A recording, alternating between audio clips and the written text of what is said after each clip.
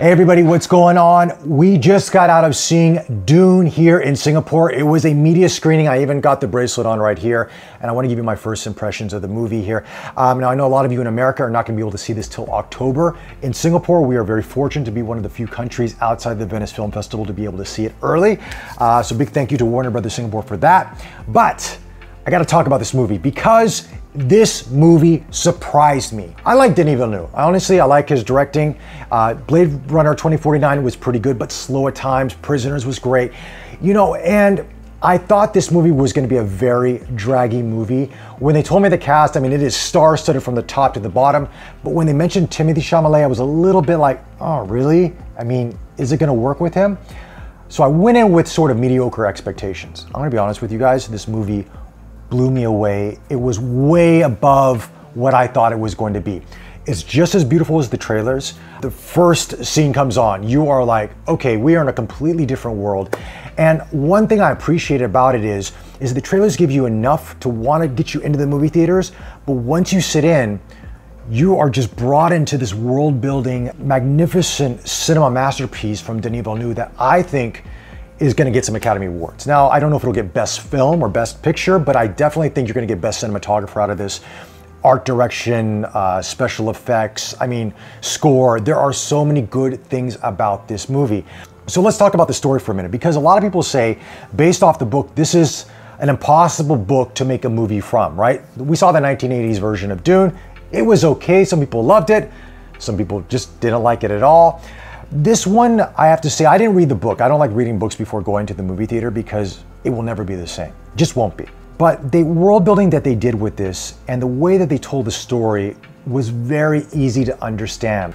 You're really going to get this in the first 15 to 20 minutes of who are the good guys, who are the bad guys, what this story is about on its premise, and then it kind of takes you on that journey from there.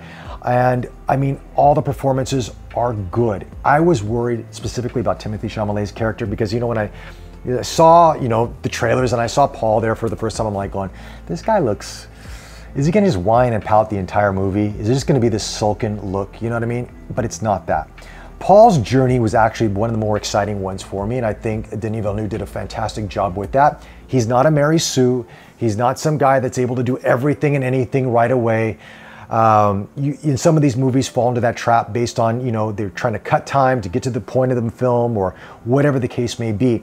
You really get invested in his journey along the way. And it's a, I don't want to give away too much, but it really sets up for a good part two.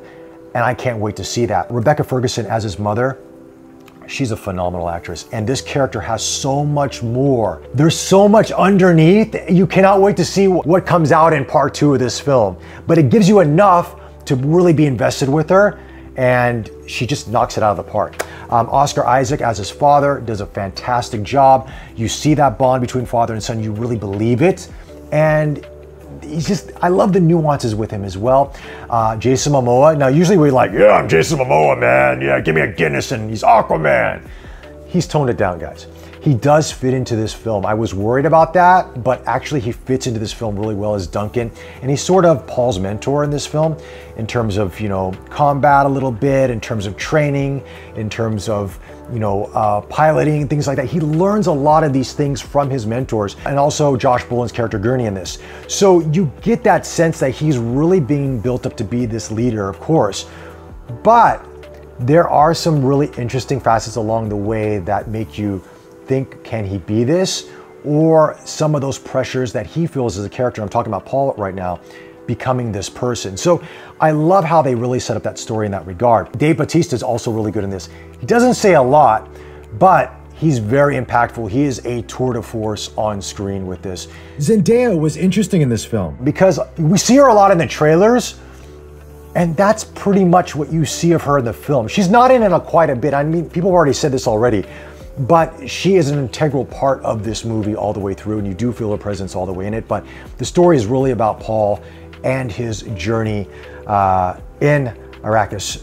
Now, in terms of pacing in this film, I was worried it was going to be kind of long-winded, right? Because when I saw Blade Runner 2049, it's a nice looking film, but it felt very long-winded and it felt draggy at times. Now, there are some moments in this film that are slower than others. And you know, if I was to look at it from maybe a critic's perspective, I might say maybe cut out 15, 20 minutes out of this film might, you know, tighten things up a bit. But one of the things that you get out of those slower moments are character building in the moments with some of the supporting characters or even Paul himself. So it was one of those things where I had to go to the bathroom in the movie, but I didn't know when to go into the bathroom because every time I wanted to go to the bathroom, something else came up and I'm like, okay, I got to stay here for this.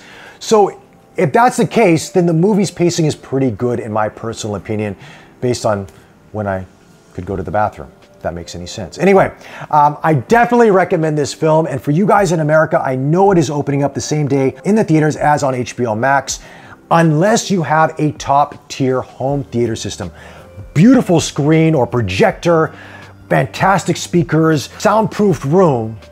This is cinematic art and it needs to be seen in the theaters.